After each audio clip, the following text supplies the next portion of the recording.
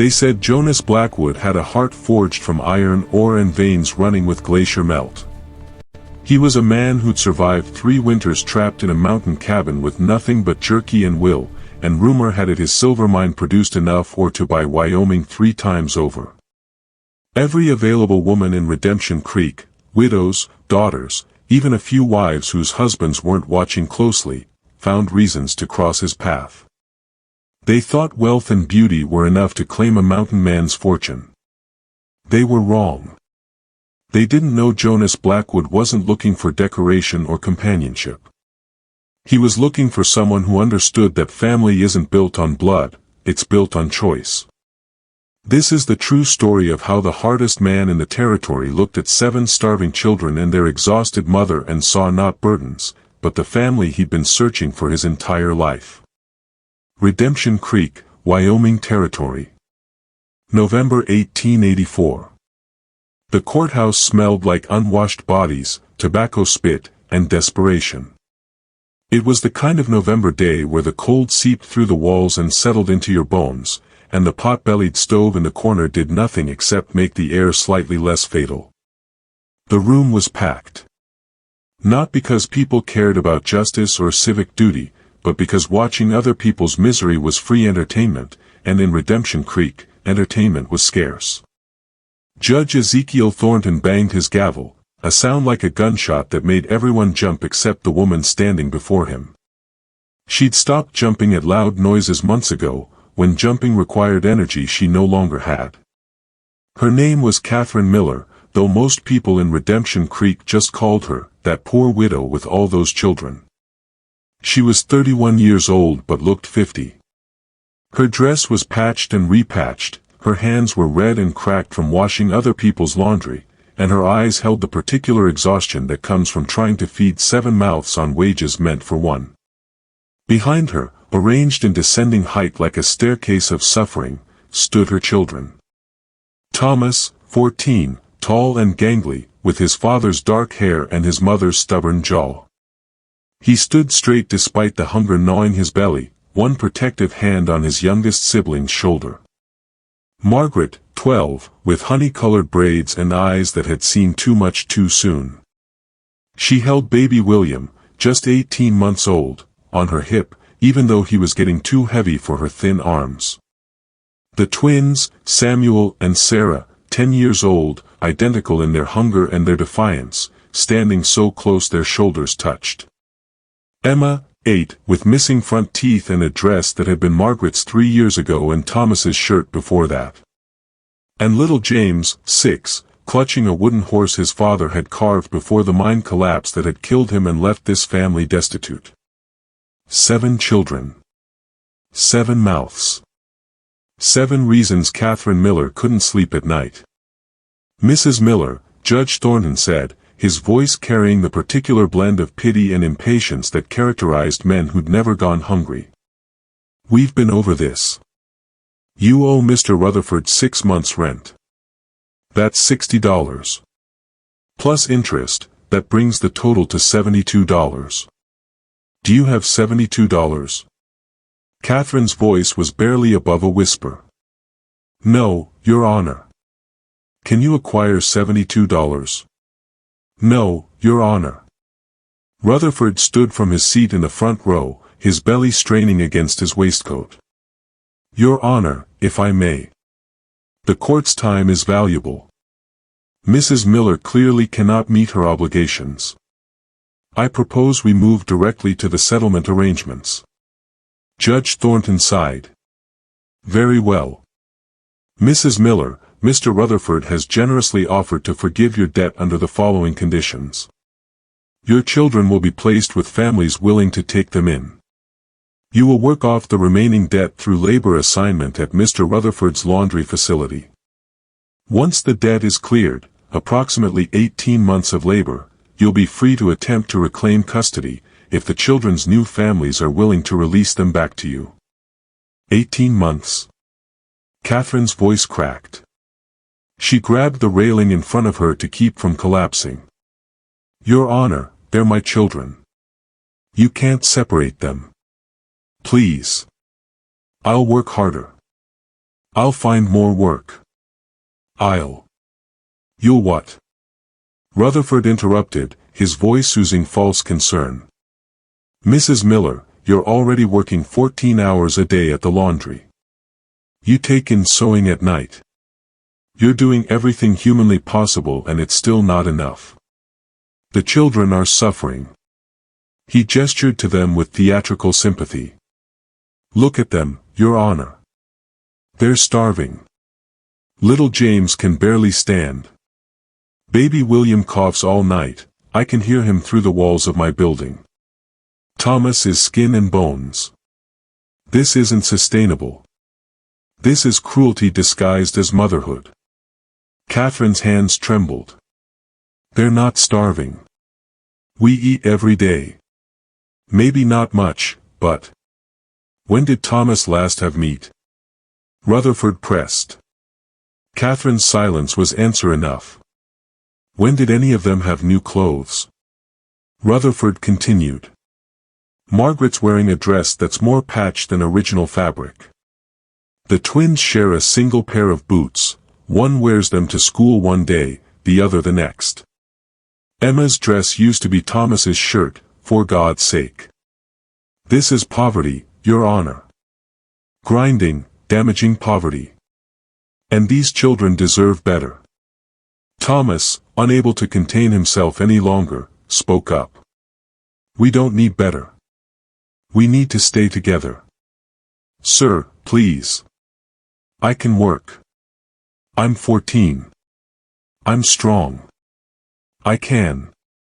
You're a child, Rutherford said, turning to face him. You should be in school, not offering to labor like a mule. I'm offering to help my mother. Your mother needs help that you can't provide, Rutherford said, his voice softening in a way that somehow made it more cutting. Son, I know you think you're the man of the house. But you're not. You're a boy. And boys need to be raised properly, in homes that can afford to feed them and clothe them and educate them.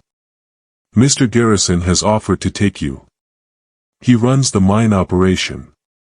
Good, honest work. You'll learn a trade. Build a future. I want to stay with my family, Thomas said, his voice breaking. Sometimes, Rutherford said, turning back to the judge, what children want and what they need are different things. Judge Thornton looked pained. He'd presided over his share of difficult cases, but breaking up families never got easier. Mrs. Miller, I understand your desire to keep your children with you. But the law is clear. If you cannot provide adequate food, shelter, and clothing, the court has an obligation to place the children in situations where those needs can be met. They're being met, Catherine said desperately. Maybe not lavishly, but they're met. We have a roof over our heads. We have. You have one room, Rutherford interrupted. One room in a boarding house. 8 people in one room. The children sleep on the floor. There's no privacy. No space. It's squalid, Mrs. Miller. And winter is coming. That room has cracks in the walls. How will you keep them warm? Catherine had no answer. Because he was right. The room was inadequate. The walls did have cracks. And she had no idea how they'd survive winter. Judge Thornton shuffled through papers on his bench.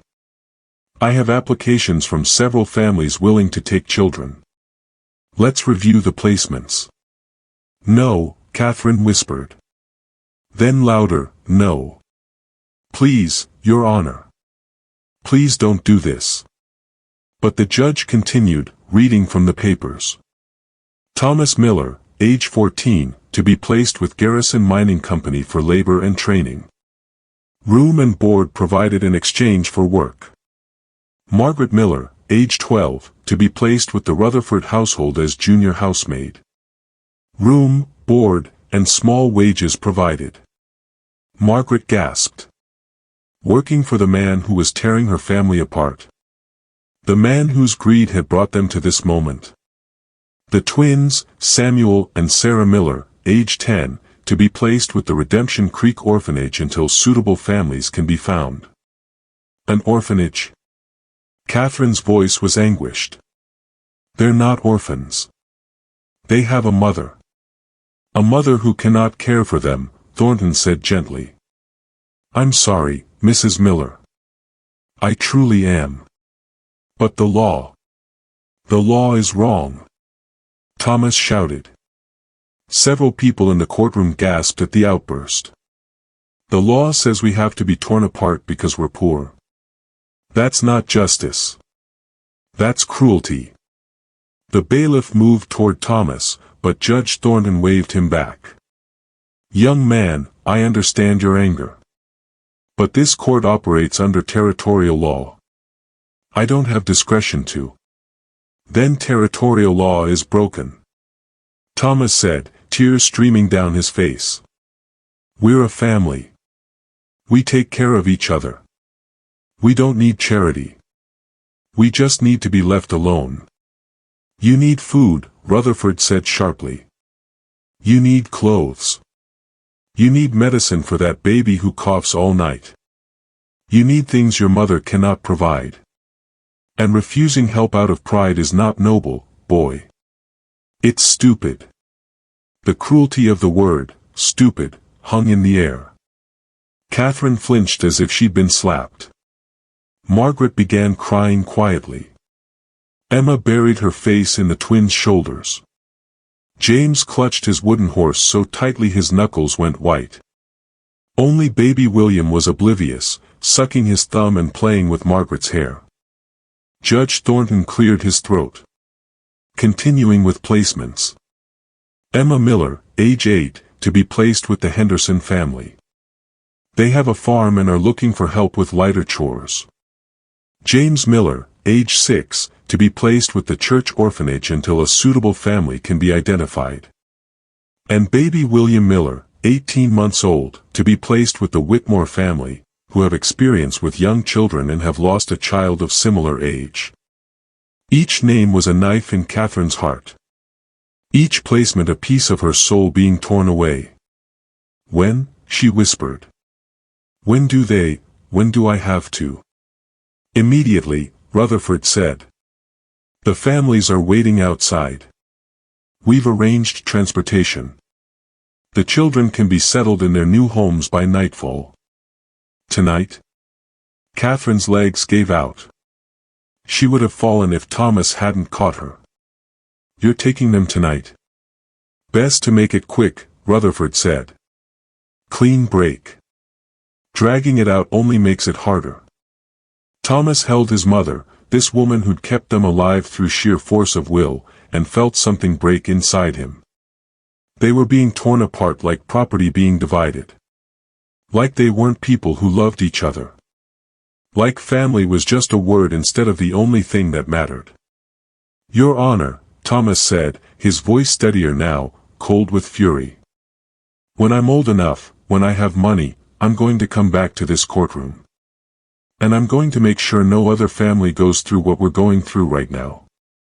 I'm going to change these laws. I swear it. Judge Thornton looked at the boy, really looked at him.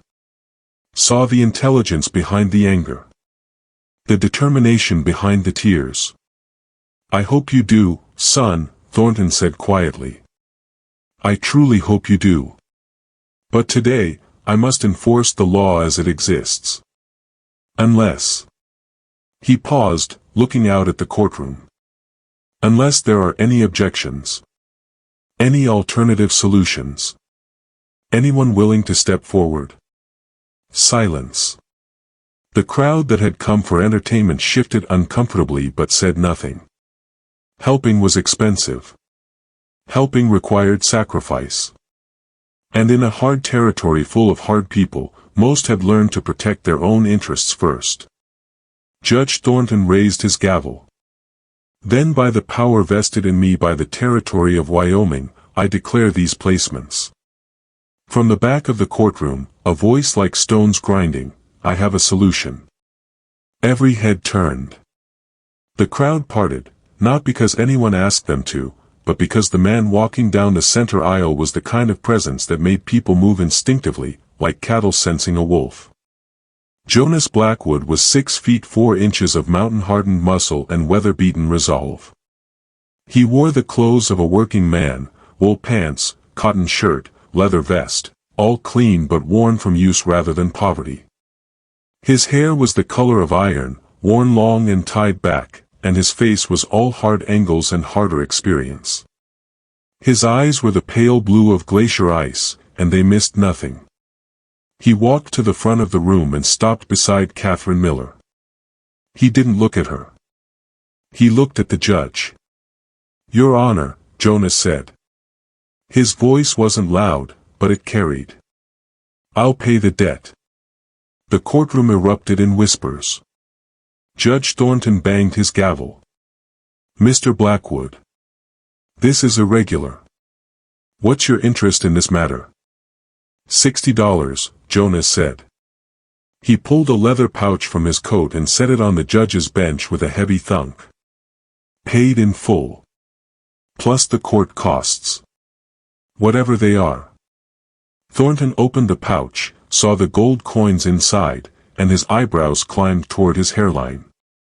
This is more than sufficient. But Mr. Blackwood, paying someone's debt doesn't. "I'm not finished," Jonas interrupted. "The debt is paid. The eviction is voided. But Mrs. Miller still can't feed 7 children on laundry wages. So here's what I propose. She and her children come work for me. I need help at my operation. She can cook, clean, manage the household. The older children can help with chores appropriate to their age. In exchange, I provide room, board, and wages. Fair wages. Enough to build savings." The whispers became a roar. Catherine stared at Jonas like he'd sprouted wings. Judge Thornton frowned. "Mr. Blackwood, that's generous. But taking in a widow and 7 children is quite different from hiring a cook. Perhaps you don't understand the commitment." "I understand perfectly," Jonas said. His eyes finally moved to Catherine and her children. He studied each face, each expression. Thomas's suspicion. Margaret's desperate hope. The twins' uncertainty. Emma's fear. James's exhaustion. Baby William's oblivious thumb-sucking. "I understand that these are people, not problems. I understand that every child deserves to eat. I understand that breaking up a family because they're poor is cruelty disguised as charity." He turned back to the judge. "Do we have a deal?" Thornton looked at Catherine. "Mrs. Miller, do you accept Mr. Blackwood's offer?" Catherine couldn't speak. She could only nod, tears streaming down her gaunt face. "Then this case is closed," Thornton announced. "Mrs. Miller, your debt is satisfied. Your family stays together. Mr. Blackwood, you're either the most charitable man in Wyoming or the biggest fool. Time will tell which." As the gavel fell, Catherine collapsed. Not dramatically, there was no swoon or cry. Her legs simply gave out, as if the tension that had been holding her upright for 6 months had suddenly snapped. Jonas caught her before she hit the ground. His large hands were gentle as he lowered her to a bench. "When did you last eat?" he asked. Catherine couldn't answer. She was crying too hard. Margaret, the 12-year-old, spoke up, her voice steady despite the tears on her own cheeks. "Yesterday morning, sir. We gave the children the last of the bread. Mama said she wasn't hungry." Jonas looked at the children, really looked at them. Saw the hollowed cheeks, the prominent ribs, the way they swayed slightly from hunger and exhaustion. "Right," he said. He stood, addressing the crowd that was still gaping at him. "Someone get Dr. Harrison. Tell him I need him at the hotel immediately. Mrs. Weatherby," he looked at a matronly woman in the front row, "I need 8 rooms at your hotel. And I need your kitchen to prepare enough food for 8 people. Soup to start. Nothing heavy. Their stomachs can't handle much yet. Mrs. Weatherby nodded, already moving toward the door. Jonas turned to Thomas, the oldest boy. Can you help your mother walk? Yes, sir. Good. Everyone to the hotel. We'll talk once you've eaten and rested. It wasn't a suggestion. It was a command from a man used to being obeyed. And Catherine Miller, still crying, let her son help her stand and followed the mountain man who'd just saved her family. But not everyone in that courtroom was happy about it. Josiah Rutherford, the landlord Catherine had been unable to pay, stood in the back with his arms crossed and his face red with fury. He'd been counting on breaking up that family. He'd already made arrangements to place the oldest boy at his mining operation, free labor disguised as opportunity, and to place the older girl as a housemaid with his sister. The younger children would have gone to the orphanage, where they'd have been farmed out to anyone willing to feed them in exchange for work. Keeping them together didn't serve his interests. And what Jonas Blackwood had just done, swooping in with his gold and his righteousness, had cost Rutherford money and face. Beside him stood his business partner, Samuel Hyde, a rail-thin man with eyes like a weasel and a smile that never reached past his teeth. You going to let him get away with that? Hyde asked. No, Rutherford said quietly. I'm not. Blackwood just made a very expensive mistake. And I'm going to make sure he regrets it. At the Weatherby Hotel, Jonas watched as 8 bowls of beef soup were placed in front of 8 people who looked at them like they were seeing miracles. Eat slowly, he cautioned. Your stomachs have shrunk. Too much too fast and you'll be sick. They ate. Catherine and the children, silent except for the sounds of spoons against bowls, tears falling into soup, small gasps of relief and gratitude. Jonas sat across from them, drinking coffee, watching. Not with pity. Not with judgment. With something else. Something like recognition. When the bowls were empty, scraped clean, every drop consumed, Catherine finally spoke. Why? Jonas took a sip of coffee. Why what? Why did you do this? You don't know us. We're nothing to you. Jonas was quiet for a long moment. Then, 20 years ago, I was Thomas's age. My parents died, cholera. I had 4 younger siblings. No one stepped up. We got split up, sent to different places. I haven't seen them since. Don't know if they're alive or dead. He set down his coffee cup. I swore if I ever had the means, I'd never let another family be torn apart for lack of money. Today, I had the means. So I used them. Thomas, who'd been silent until now, spoke up. That's all this is. Charity. Jonas met the boy's eyes, saw the pride there, the suspicion, the fear of becoming an object of pity. No, he said bluntly. I need help. My operation is successful, but I'm one man trying to do the work of 5. I need a cook. I need someone to manage supplies and accounts. I need hands for work that's too light for me but too heavy for one person. You'll earn your keep. This isn't charity. It's employment. And if we can't do the work? Thomas pressed. Then we'll figure out what work you can do, Jonas said simply. There's always something. And you'll learn. All of you. Margaret, still holding baby William, asked quietly, what about school? Jonas looked at her. Can you read? Yes, sir. Mama taught us. Then you'll keep learning. There's a schoolhouse in Redemption Creek. You and the twins and Emma and James will attend. Thomas is old enough to work, but we'll make sure he keeps up his learning too. Catherine was crying again. I don't know how to thank you. Don't thank me yet, Jonas said. Wait until you've seen the place. It's not fancy. It's a working ranch. It's rough and it's remote and winters are hard. You might decide this is worse than what you left. Anything, Catherine said with absolute certainty, is better than watching my children be taken from me. Jonas nodded. Then we leave tomorrow morning. Tonight, you sleep in real beds. Tomorrow, we start the rest of your lives. The journey to Jonas's ranch took 2 days by wagon.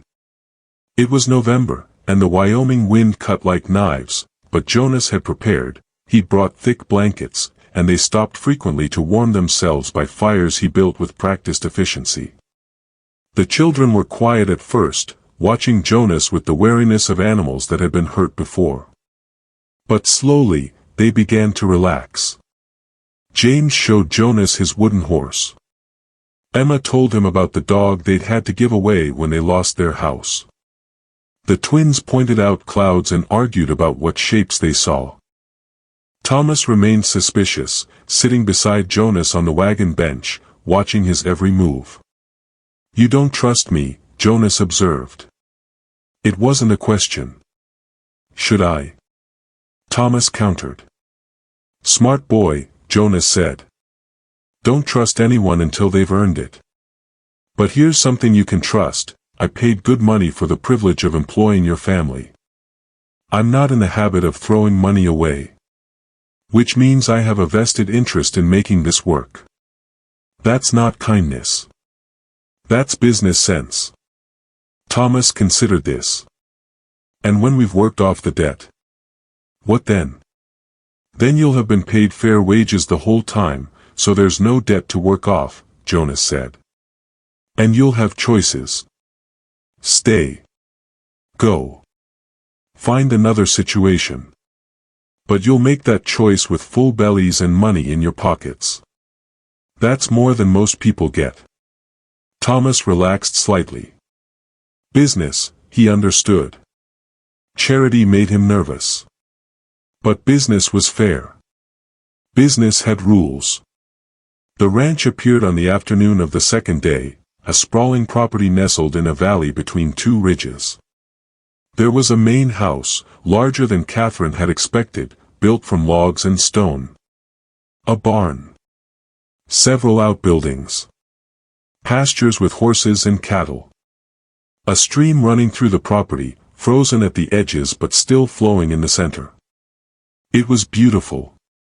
Harsh and wild, but beautiful.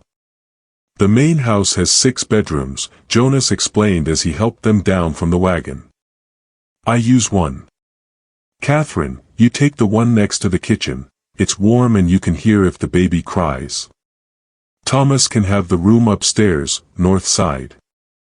Margaret and Emma can share the room facing east, morning sun will help with waking. The twins can take the room next to them. And James, he looked at the 6-year-old, you get the small room next to mine. That way if you're scared at night, I'm right there.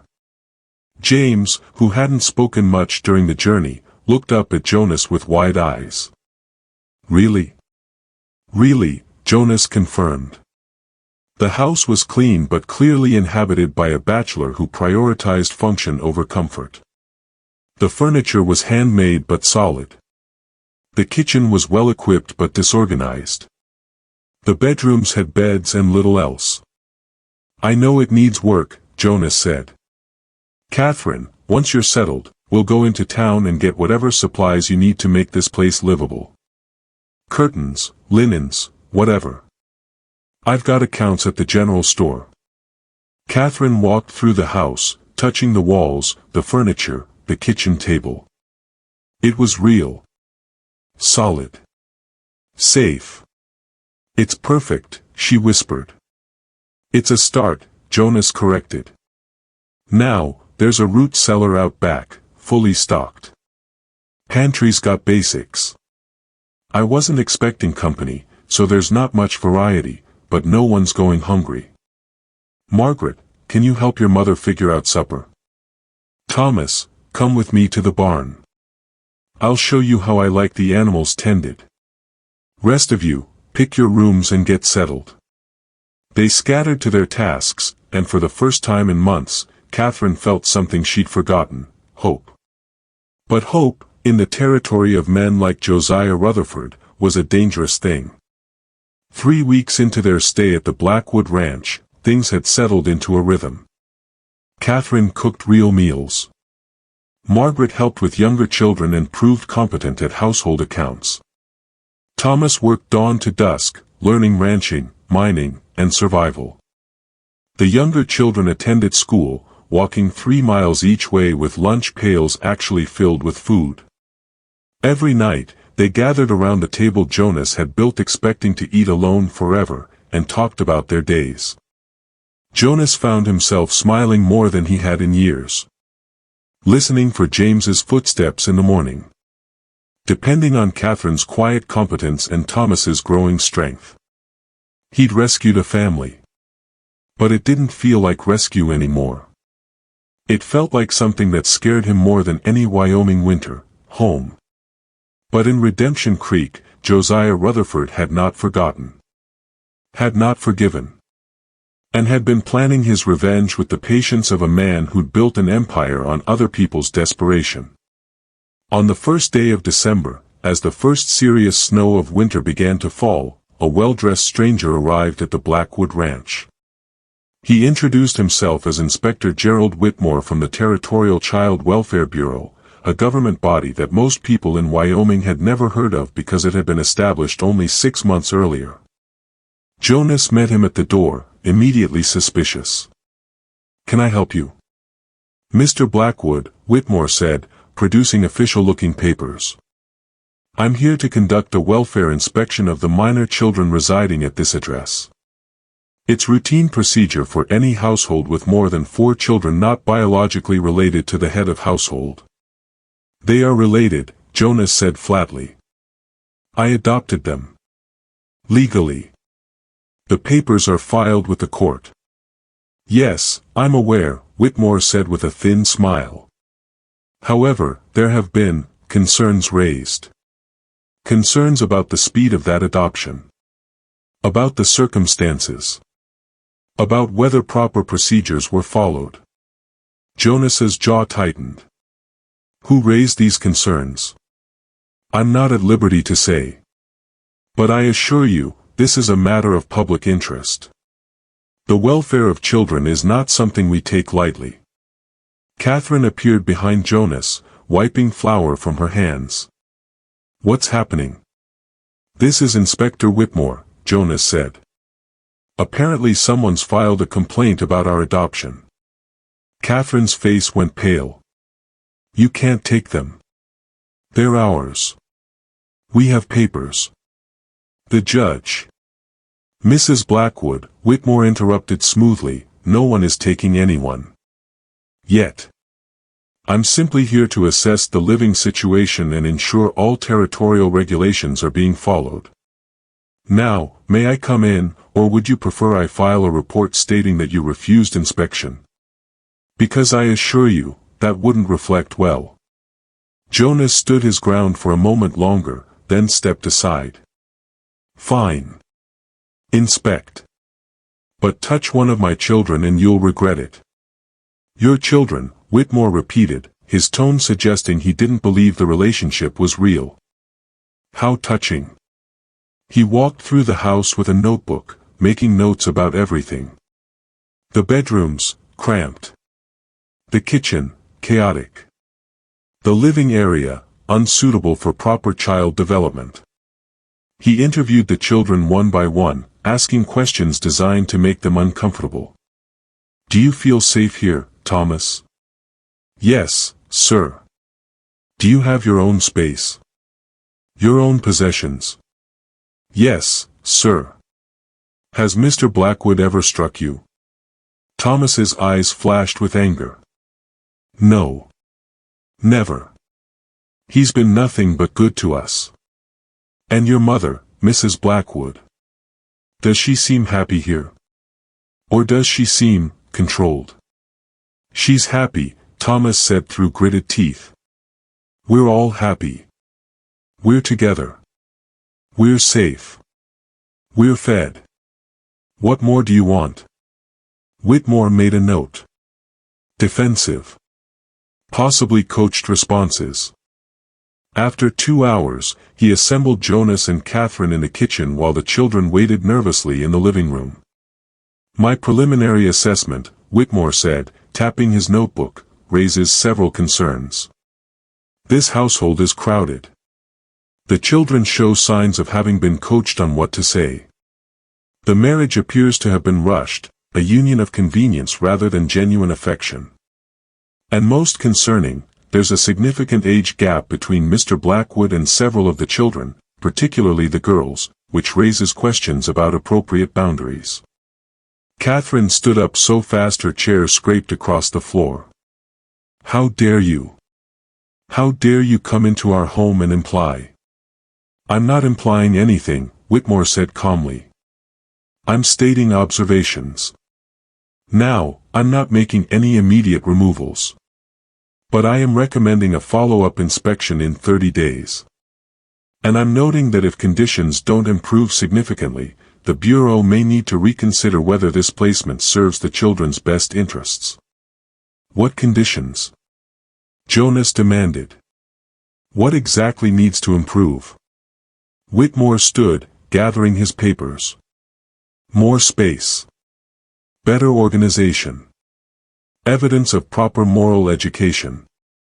And perhaps most importantly, evidence that this family unit is genuine and not simply a legal arrangement to circumvent child welfare regulations. After he left, Jonas and Catherine sat in stunned silence. It's Rutherford, Jonas said finally. It has to be. He's behind this. But why? Catherine asked. We're married now. The children are legally yours. What does he gain? Satisfaction, Jonas said grimly. And maybe he thinks if he can prove the adoption was fraudulent, he can reverse it. Get his hands on those children anyway.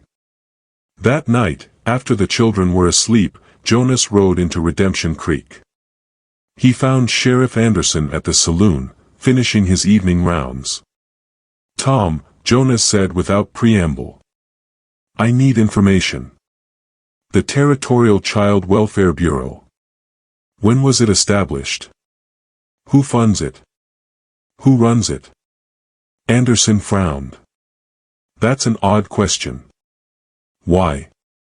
Because an inspector showed up at my ranch today threatening to take my children. And I don't believe in coincidences. Anderson's expression darkened. Let me ask around. Quietly. Give me 2 days. 2 days later, Anderson rode out to the Blackwood Ranch with news. The Territorial Child Welfare Bureau was established 6 months ago. It's funded by concerned citizens through a charitable organization. Want to guess who's on the board of that charitable organization? Rutherford, Jonas said. And Hyde, Anderson confirmed. And about 6 other businessmen who all profit from child labor. Jonas, this isn't about welfare. It's about supply. They're using official-sounding government authority to identify families in vulnerable positions, then removing children and placing them in approved homes and businesses. It's legal child trafficking disguised as child protection. Jonas felt cold rage settle into his bones. Can you prove it? I'm working on it. But it's going to take time. And in the meantime, they can make your life hell. Constant inspections. Finding violations that don't exist. Building a case to reverse your adoption. Then I need to stop them before they build that case, Jonas said. 3 weeks later, Inspector Whitmore returned for his follow-up inspection. But this time, he wasn't alone. With him were 2 territorial marshals, a court clerk, and Josiah Rutherford himself. Mr. Blackwood, Whitmore said with barely concealed smugness. I'm afraid my initial concerns have been substantiated. I have here a court order authorizing the temporary removal of the minor children pending a full review of your adoption petition. Catherine appeared in the doorway, the children clustering behind her. No. You can't. We have rights. You have no rights that supersede the welfare of children, Rutherford said, stepping forward. Mr. Blackwood, you rushed into an adoption you were not prepared for. You took on responsibilities you cannot meet. It's time to acknowledge that and allow these children to be properly placed. Thomas pushed past his mother. We're not going anywhere. Son, one of the marshals said, not unkindly, we don't want trouble. We're just doing our jobs. Your job is kidnapping children. Margaret said, her voice shaking but defiant. She held baby William tightly. That's what this is. Legal kidnapping. Whitmore produced paperwork. These are removal orders for all 7 children. They will be temporarily housed at the Redemption Creek facility while new placements are arranged. Over my dead body, Jonas said quietly. He didn't move. Didn't reach for a weapon. But something in his voice, in his posture, made everyone in the room recalibrate their assessment of the situation. Mr. Blackwood, the first marshal said carefully, don't make this worse. We have the law on our side. Do you? Jonas asked. Let me tell you what I've learned about your Territorial Child Welfare Bureau. It was created 6 months ago by men who profit from child labor. Inspector Whitmore here. He's not a government employee.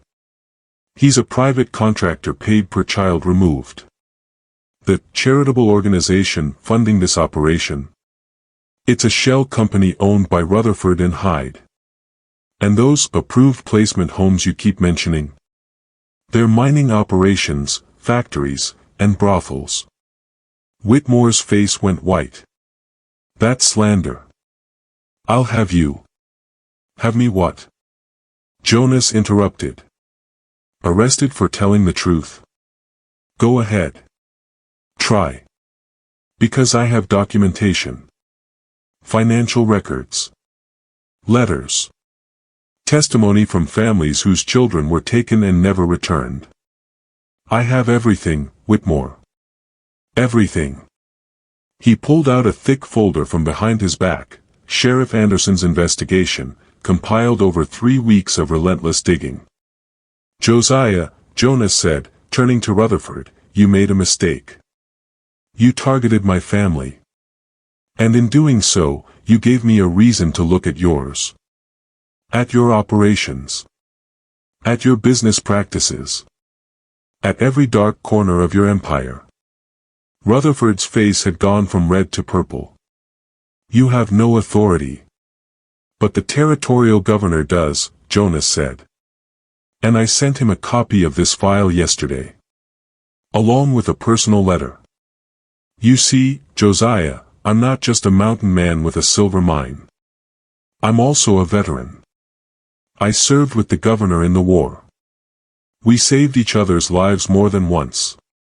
So when I write him a letter explaining that someone's using fake government authority to traffic children, he listens. He looked at the marshals. Check your orders. Really check them. Because I'm betting that when you look at the signatures, you're going to find they're not actually from any legitimate authority. The marshals exchanged glances. One of them examined the paperwork more closely. His expression changed.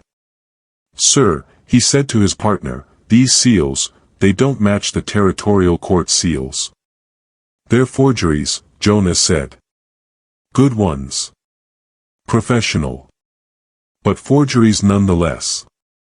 Which means you gentlemen are about to commit kidnapping under color of law. And that's a hanging offense. The marshals stepped back from Whitmore and Rutherford immediately. Rutherford realized the game was up. His face twisted with hatred. You think this is over? You think one file changes anything? I have resources you can't imagine.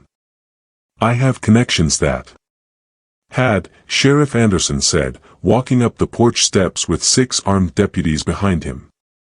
You had connections. Past tense. Because as of this morning, the territorial governor issued warrants for your arrest, Josiah. You, Hyde, Whitmore, and 12 other members of your charitable organization. Charges include fraud, child trafficking, forgery of government documents, and about 40 other crimes I don't have time to list. He produced iron shackles. Josiah Rutherford, you're under arrest. You have the right to remain silent, though based on the last 5 minutes, I don't think you know how. As the deputies shackled Rutherford, Whitmore, and escorted them away, the fake inspector screamed threats and promises of lawyers and revenge. But his voice faded as they dragged him down the road toward Redemption Creek's jail. Catherine collapsed onto the porch, pulling all 7 children into her arms. They were safe. Actually, finally, truly safe. Jonas knelt beside his family, because that's what they were now, undeniably and completely his family, and let himself feel the fear he'd been holding back. They'd come so close to losing everything. Again. How did you know? Catherine asked, tears streaming down her face. How did you know to investigate? Because I know men like Rutherford, Jonas said. I know what greed looks like. What cruelty sounds like. And I know that men who try to take children from their families don't suddenly develop a conscience. They have an angle. Always. So I found the angle. Thomas, his voice thick with emotion, asked, "Is it really over?" Jonas pulled the boy into a tight embrace. It's really over. Rutherford and Hyde are going to prison. Their operation is shut down. The governor is investigating every child placement they arranged. And our adoption? It's ironclad. No one can touch it. The children erupted in relieved tears and laughter. The twins hugged each other. Emma buried her face in Margaret's shoulder. James clutched his father's leg. Baby William, oblivious to the drama, just wanted to be fed. And Catherine, looking at Jonas with something beyond gratitude, beyond love, with the kind of recognition that comes from seeing someone's soul and finding it good, said, "Thank you. For fighting for us. Always," Jonas promised. "For as long as I live. Always." That night, after the children were asleep, Jonas and Catherine sat at the kitchen table, single candle burning between them. "I know what you're thinking," Jonas said. "That you have to marry me. That it's the only way." Catherine wrapped her hands around her coffee cup. "Isn't it? Legally, yes. But I won't force you. If you say no, we'll find another way." "There is no other way," Catherine said softly. "And I don't want there to be. Jonas, you've given us everything. You've been kinder to my children than their own father was. If marriage keeps us together, I'll do it gladly." Jonas looked at her across the candlelight. She wasn't beautiful by magazine standards, thin from hunger, worn from work, aged from worry. But her eyes held strength that no suffering had dimmed. "It's not just the children," Jonas said. "These last weeks, I've been happier than I've been in 20 years. I don't want to be alone again." He took her hand. "I'm asking you to marry me. Not because we have to. But because I want to. Because you're brave and you've raised 7 incredible children. Because when I look at them, I see family. And when I look at you, I see home." Catherine's eyes filled with tears. "I'm not what men want." "You're what I want," Jonas interrupted. "A partner. Someone who knows how to survive. Someone who knows what matters." "The children?" "All 7. All 7. I'm adopting them. Legally. They'll be Blackwood's. And no one will be able to take them." Catherine cried. Deep, shaking sobs of relief finally released. When she was done, Jonas asked again, "Will you marry me?" Yes, Catherine whispered. Yes, I will. They married the next morning in the Redemption Creek courthouse, the same room where, 3 weeks earlier, their family had almost been torn apart. Judge Thornton performed the ceremony with Thomas, Margaret, and the sheriff as witnesses. The other children waited outside with Mrs. Weatherby, who'd become something of an ally. Do you, Jonas Blackwood, take this woman to be your lawfully wedded wife? I do. Do you, Catherine Miller, take this man to be your lawfully wedded husband? I do. Then by the power vested in me by the territory of Wyoming, I pronounce you husband and wife. Anne, he looked at the stack of adoption papers Jonas had prepared with lightning speed. I hereby approve the adoption of Thomas, Margaret, Samuel, Sarah, Emma, James, and William Miller by Jonas Blackwood. They shall henceforth bear the Blackwood name and enjoy all legal rights and protections thereof. The gavel fell. And just like that, a family was made legal. When they emerged from the courthouse, Josiah Rutherford was waiting, his face twisted with rage. This won't stand, he spat. This is a mockery. You rushed this marriage to circumvent the law. Actually, Judge Thornton said from the courthouse door, this marriage fulfills every requirement of territorial law. The adoption papers are properly filed and sealed. The children are now Mr. Blackwood's legal sons and daughters. And if you continue to harass this family, Mr. Rutherford, I will find you in contempt. Rutherford's eyes were full of venom. This isn't over, Blackwood. Yes, Jonas said quietly, moving to stand between Rutherford and his family. It is. Go home, Rutherford. Find some other family to torment. This one's off limits. They held a small celebration at the ranch that night. Nothing fancy, just a cake Mrs. Weatherby had sent, and cider, and the children's laughter echoing through rooms that had been silent for too long. Thomas approached Jonas as the younger children played. Sir, I mean, Pa, he stumbled over the word, uncertain.